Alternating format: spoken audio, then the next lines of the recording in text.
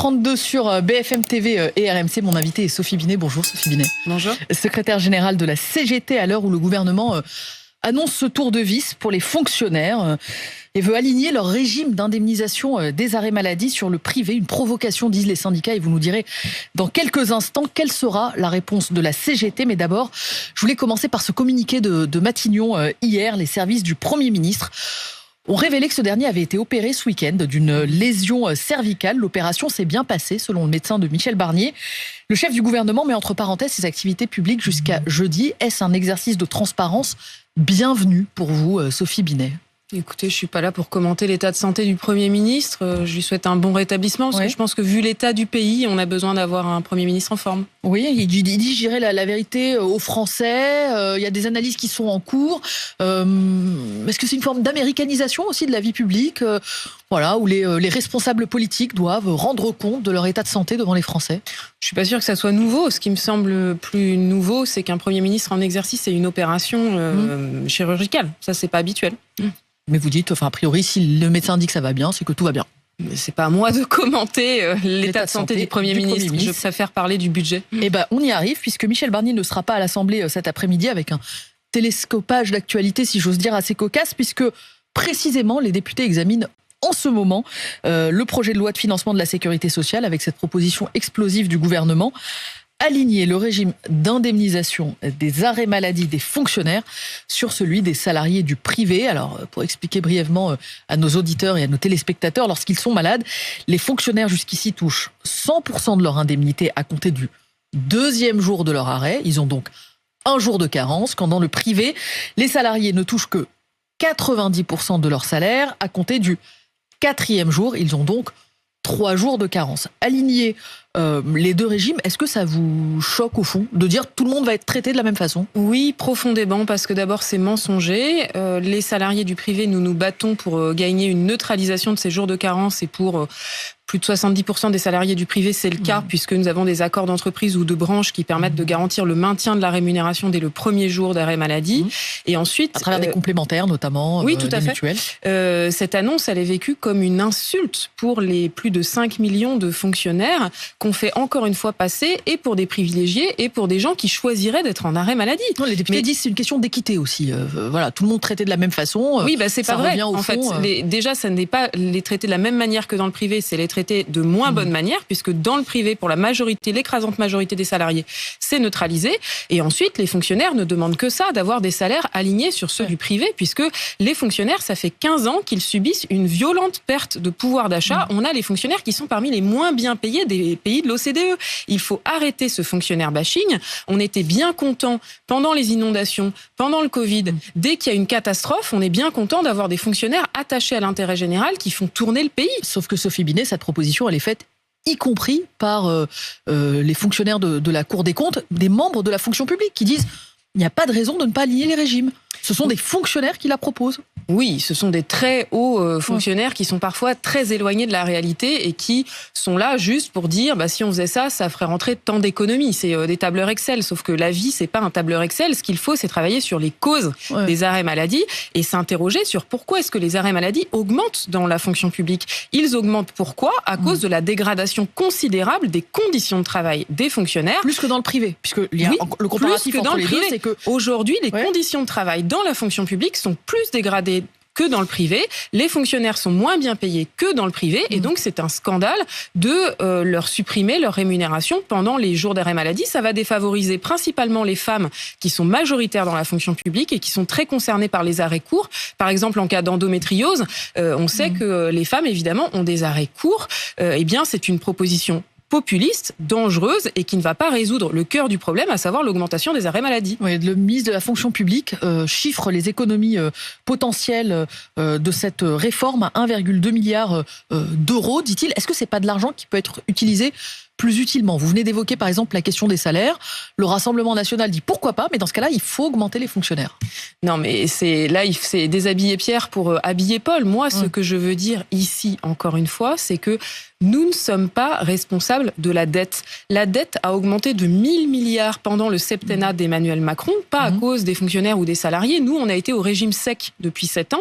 Elle a augmenté de 1000 milliards à cause des cadeaux faits aux plus riches, aux plus grandes entreprises. Si le gouvernement veut trouver des sources d'économie, qu'il écoute les députés qui ont voté de très nombreux amendements pour taxer l'argent là où il est, pour conditionner les aides aux entreprises. C'est chaque année un tiers du budget de l'État qui s'évapore dans 200 milliards d'aides aux entreprises sans condition ni contrepartie. C'est là-dessus qu'il faut travailler et pas aller stigmatiser les fonctionnaires. Donc pour bien comprendre, Sophie Binet, vous êtes contre la logique qui est celle du gouvernement de dire en fait tout le monde doit participer aux efforts et pas simplement les plus riches et pas simplement les entreprises, mais c'est aussi les retraités, c'est aussi les fonctionnaires, c'est aussi les étudiants, c'est aussi les assurés sociaux. Oui, parce que nous ne sommes pas responsables de la dette et nous avons déjà payé. Depuis 7 ans, on a eu à subir une réforme des retraites, 3 réformes de l'assurance chômage, une réforme du code du travail, l'austérité de nos salaires. Donc c'est bon, on a payé. Et ensuite, c'est pas vrai que tout le monde paye. Il y a des mesures cosmétiques pour les plus hauts revenus et les plus grandes entreprises, mais c'est seulement temporaire et c'est extrêmement limité. Et on va y arriver. Moi, j'appelle le Premier ministre à écouter les députés comme il s'y est engagé. Les députés, la semaine dernière, ont voté beaucoup d'amendements pour prendre l'argent là où il est, dans les plus grandes entreprises et chez les plus riches. C'est ce qu'il faut faire au lieu d'aller s'attaquer aux fonctionnaires qui travaillent pour l'intérêt général et qu'on est bien content d'avoir dans le pays. On y revient aux grandes entreprises dans quelques instants. Je voulais juste sur le mot utilisé par le ministre de la fonction publique, Guillaume Kasbarian, qui dit « Nous voulons lutter contre l'absentéisme ». Est-ce que absentéisme, c'est une insulte pour vous, Sophie Binet ? Écoutez, le problème, c'est qu'il faut travailler sur les causes de cette... C'est pas un mot qui vous heurte, que vous récusez en disant c'est une caricature. Oui, c'est faire comme si... C'est un débat qu'on a entendu depuis hier. Non, mais c'est faire comme si les fonctionnaires choisissaient d'être absents. Non, les fonctionnaires ont des arrêts... Il n'y a pas d'absentéisme des fonctionnaires pour vous ? Non. Ce qu'il y a, par contre, c'est une dégradation des conditions de travail dans la fonction publique. Par exemple, l'augmentation des arrêts maladie dans les hôpitaux. Moi, je sais très bien d'où elle vient. Elle vient de l'énorme dégradation des conditions de travail des soignantes et des soignants qui n'en peuvent plus. C'est là-dessus qu'il faut travailler. C'est là-dessus qu'on attend le ministre de la fonction publique. Moi, ce que je note, c'est que dans le détail, ce ministre de la fonction publique, visiblement, il déteste les fonctionnaires parce que il passe son temps... Guillaume Kasbarian déteste les fonctionnaires ? Oui, en tout cas, ces déclarations nous font penser ça parce qu'il multiplie les déclarations contre les fonctionnaires, ne pas indemniser leurs arrêts maladie. Il nous dit qu'il n'exclut pas de regarder comment est-ce qu'on peut les licencier. Il nous dit qu'il n'exclut pas de reprendre la précédente réforme de la fonction publique laissée par son prédécesseur qui était un chiffon rouge et qui mettait fin à la reconnaissance des qualifications dans la fonction publique. Voilà aujourd'hui ce dont nous parle le ministre de la fonction publique. Il faut qu'il arrête, il faut qu'il parle aux agents et aux agentes et qu'il soit là aussi et d'abord pour défendre les fonctionnaires qu'on est bien content de trouver quand le pays va mal. Sophie Binet, sur ce point, la réforme de la fonction publique, qui pour l'instant n'est pas une réforme mise sur la table. Vous évoquiez un texte qui effectivement a existé, c'était avant la dissolution, préparé par le prédécesseur du ministre actuel. Pour vous, toutes les pistes explorées sont de nature à éventuellement appeler à une grève générale. Je précise, dans le Big Bang de la fonction publique qui était proposé par le précédent gouvernement et que l'actuel n'exclut pas de mettre en œuvre, il y a effectivement la rémunération au mérite, la facilitation des licenciements dans la fonction publique, donc la fin de l'emploi à vie, voire la suppression des catégories historiques de fonctionnaires. Ça, vous dites... Si le gouvernement va au bout, il y aura des grèves. Oui, ça c'est clair. Toutes les organisations syndicales ont dit qu'elles y étaient opposées. Et donc, il y a eu une dissolution. Ce projet de loi a été enterré. Les Françaises et les Français ont demandé du changement. C'est pas pour qu'on nous ressorte des zombies du précédent gouvernement. Est-ce que les arrêts maladie, si le gouvernement persistait, s'il conservait cet alignement privé-public dans le budget qu'il rédigera à la fin, puisque c'est le gouvernement qui vraisemblablement aura la main sur la dernière réécriture. Est-ce que si cette réforme est confirmée, là aussi la CGT appellera à la grève? Écoutez, il y a des mobilisations qui se construisent. Aujourd'hui, les soignantes et les soignants sont mobilisés dans tout le pays pour dénoncer la situation de l'hôpital public et dire à quel point ce budget est dangereux pour le pays, dangereux pour l'hôpital. Et les mobilisations vont continuer. Jusqu'où ira la colère? C'est de les multiplier. Jusqu'où ira la colère, Sophie Binet? Vous évoquiez par exemple les hospitaliers 4 syndicats dont la CGT effectivement ont déjà déposé un préavis de grève nationale qui court jusqu'au 21 décembre. Est-ce que pour vous, le mouvement peut s'étendre d'ici là et à quel secteur? quoi. Notre objectif, c'est de gagner et d'être entendu. Et donc, moi, j'appelle vraiment les salariés, les travailleuses et les travailleurs, les retraités, à ne pas céder au fatalisme. Notre mobilisation change les choses. Qu'est-ce que ça veut dire ne pas céder au fatalisme, Sophie Binet? C'est quoi? C'est des arrêts de travail, c'est des grèves, c'est uniquement des manifestations, des rassemblements? Ça veut dire multiplier les mobilisations pour être entendus de plein de manières. Par exemple, les retraités ont lancé une pétition pour dénoncer la baisse de leur pension. Il et elle annoncent déjà une journée d'action le 3 décembre. Ça sera une journée importante. Mais vous ne prononcez pas le mot grève, Sophie Binet? Eh bien, aujourd'hui, il y a grève. C'est une journée de grève dans le secteur de la santé. Donc, évidemment que les secteurs professionnels, par exemple, le 19 novembre prochain, il y a une journée d'action et de grève dans le secteur de la petite enfance. Pourquoi? Parce que ce secteur est sacrifié, encore une fois, par ce budget, parce que ce secteur est scandalisé par les révélations sur les maltraitances des petits bébés et demande à avoir un meilleur taux d'encadrement, une meilleure reconnaissance du travail des professionnels. Donc oui, des actions vont se multiplier dans le pays. Pour tous les Français qui nous écoutent, est-ce qu'il faut s'attendre, par exemple, que les départs en vacances au moment de Noël puissent être perturbés? Puisque c'est régulièrement aussi l'une des craintes que l'on entend auprès de l'opinion publique, dans les enquêtes d'opinion, c'est-à-dire est-ce qu'il y aura des trains pour Noël? Eh bien écoutez, la CGT souhaite qu'il y ait des trains pour Noël et pour ça que nous soyons entendus avant. Donc nous appelons le gouvernement à modifier en profondeur son projet de budget qui aujourd'hui est dangereux pour le pays. C'est un projet qui risque d'appauvrir tout le pays, qui risque de faire entrer le pays en récession. C'est un budget court-termiste qui tourne le dos aux enjeux d'avenir, à ce qui y a de plus important pour nous, notre école, notre santé, notre recherche. C'est un budget qui n'anticipe absolument pas les enjeux de réchauffement climatique, alors que les scientifiques alertent en disant que à ce stade, nous dépassons les prévisions les plus pessimistes et que nous sommes sur la voie d'un réchauffement au-dessus de 3 degrés. Et donc, si je comprends bien, le danger de ce budget. Si vous n'êtes pas écouté, rien n'est exclu, y compris des mobilisations à la fin de l'année et pourquoi pas autour de Noël. Je voulais vous entendre sur la deuxième journée de solidarité, comme l'est le lundi de Pentecôte, qui est aujourd'hui un jour férié mais non chômé. La proposition ne figure pas formellement dans le budget, mais elle est jugée très intéressante par le ministre de l'économie. Ça rapporterait 2,4 millions d'euros, Sophie Binet, pour financer les EHPAD. Pour ou contre? Écoutez, c'est le festival des horreurs avec ce gouvernement. On a l'impression que c'est Halloween tous les jours. Donc moi, j'appelle le gouvernement, encore une fois, mais totalement contre, évidemment. Il faut prendre l'argent là où il est, c'est-à-dire chez les plus riches et dans les plus grandes entreprises qui se sont considérablement enrichies ces dernières années grâce à la politique de l'offre d'Emmanuel Macron qui est un désastre. Le ministre de l'économie dit pourquoi pas, parce qu'en fait, en France, on travaille moins qu'ailleurs. Et si on veut désendetter, eh bien, il faudra travailler plus. C'est pas vrai, en fait. Ça dépend comment on compte. Mais les Françaises et les Français ne travaillent pas moins qu'ailleurs. Tout dépend comment sont construites les comparaisons.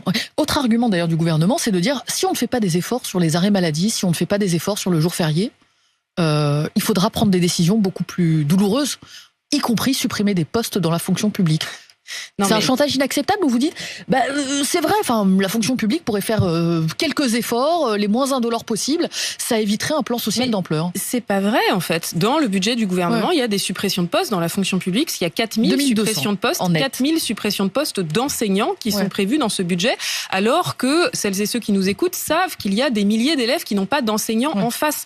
C'est pour ça que c'est un budget qui est dangereux. Mais vous dites pas il y a trop de fonctionnaires en France. De toute façon, je m'attendrai pas à ce que vous le disiez, Sophie Binet, mais Michel Barnier, il n'y a pas assez de soignantes et de soignants dans les hôpitaux, il n'y a pas assez d'enseignants et d'enseignantes. Quand on compare, nos voisins européens ont beaucoup moins de fonctionnaires. Je cite le Premier ministre. Il y a quelques jours, chez nos confrères du journal de dimanche, nos voisins européens, dit-il, ont beaucoup moins de fonctionnaires et ne semblent pas plus mal administrés. Pour autant. Ça dépend. En matière de santé, par exemple, on peut être fier d'avoir jusque-là un des meilleurs systèmes de santé au monde. Et le problème, c'est que ce budget va mettre à mal l'état de nos hôpitaux, de nos EHPAD. Donc là aussi, c'est un chiffon rouge pour vous. On ne touche pas au nombre de fonctionnaires. Il faut arrêter de faire comme si les fonctionnaires, c'était le problème. Les fonctionnaires ne sont pas des boucs émissaires. Ils ne sont pas responsables de la dette. C'est pas vrai que c'est l'augmentation de leurs effectifs qui a entré l'augmentation de la dette. C'est pas ce que dit le gouvernement. Le gouvernement dit tout le monde doit faire des efforts. Oui, sauf qu'aujourd'hui, il ne fait pas faire d'efforts à tout le monde puisque les plus riches ne sont pas mis à contribution. Moi, je l'appelle tout simplement à respecter le vote des députés et à prendre en compte tous les amendements qui ont été votés la semaine dernière qui permettent de faire entrer des milliards de recettes dans les caisses. Il faut taxer les dividendes, il faut taxer les rachats d'actions, il faut rétablir l'ISF, il faut rétablir la fiscalité sur les plus grandes entreprises. Le problème de la dette avec ça sera réglé. Les entreprises, elles, mettent en garde en disant attention, si vous faites tout cela, vous touchez à la compétitivité des entreprises, vous touchez à l'emploi.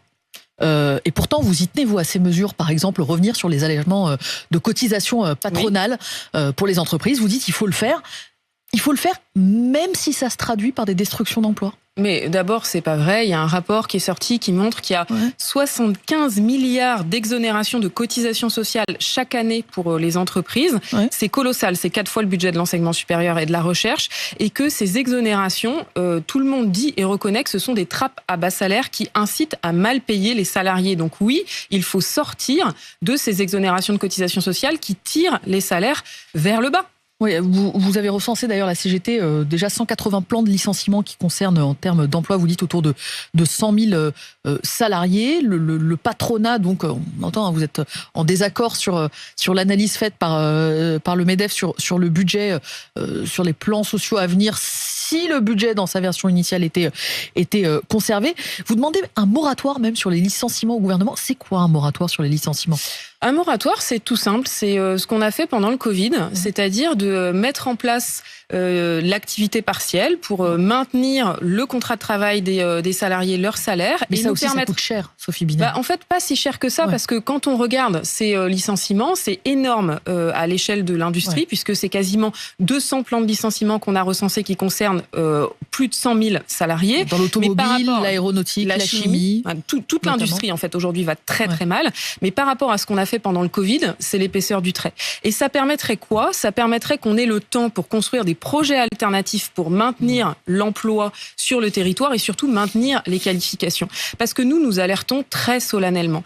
La situation de l'industrie est gravissime. On est dans un moment où on peut définitivement détruire notre tissu industriel si on laisse faire cela. Donc il faut immédiatement des mesures de protection de notre industrie. C'est ce que l'Allemagne avait fait en 2008-2009, c'est ce qu'on a fait pendant le Covid, donc on sait faire. Et ce qu'il faut, c'est nous donner des droits et des prérogatives pour que nous puissions construire des projets d'avenir pour notre industrie, indépendamment de la financiarisation du secteur qui le tue. Sophie Binet, est-ce que vous allez lire le livre de Jordan Bardella ?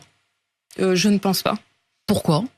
Parce que j'ai déjà pas assez le temps pour lire tous les livres intéressants qui sortent et donc je n'ai pas le temps à perdre pour lire un livre de propagande. Le président du Rassemblement national, vous dites livre de propagande, je précise qu'on n'en a pas encore les épreuves, mais qu'effectivement ce qui se préfigure, enfin en tout cas ce qui se raconte au Rassemblement national, c'est que ce livre prépare une campagne permanente en cas de dissolution l'année prochaine. D'ailleurs, le président du Rassemblement national raille, parlant notamment de la CGT, une nostalgie des régimes totalitaire chez une partie des syndicats de gauche, lesquels se sont réjouis que la régie de la SNCF s'oppose à une campagne de publicité pour ce livre qui doit paraître le 9 novembre. Est-ce que la CGT a joué un rôle dans l'interdiction de la publicité pour ce livre ?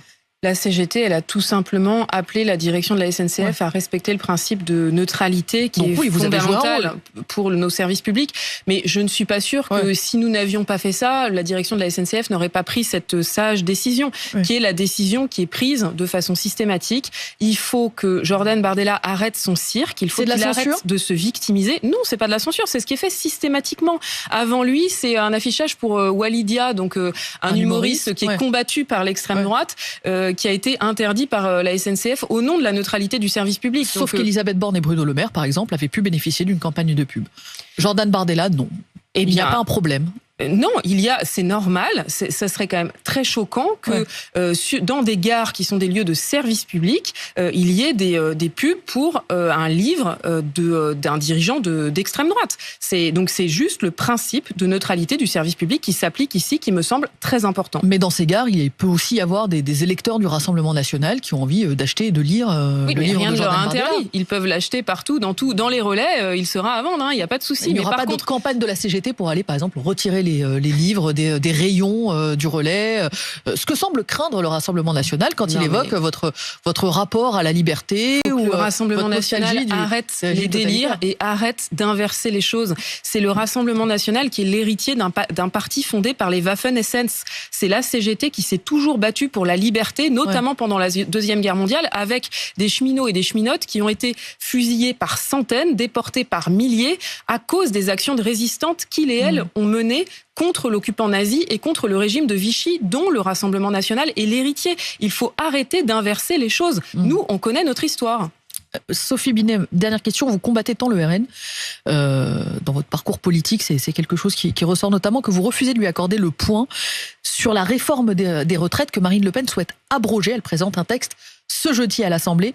Est-ce que pour vous, les parlementaires doivent voter contre ce texte, y compris les parlementaires de gauche ?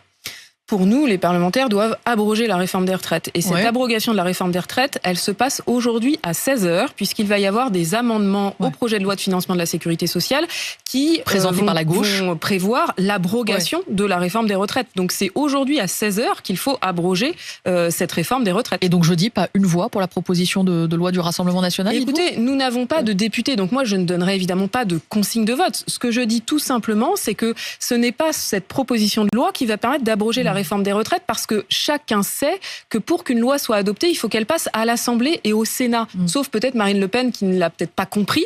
Et donc cette proposition de loi, c'est une loi sans lendemain, parce qu'elle n'arrivera jamais au Sénat et qu'en plus elle n'est pas financée, elle ne finance pas notre système des retraites.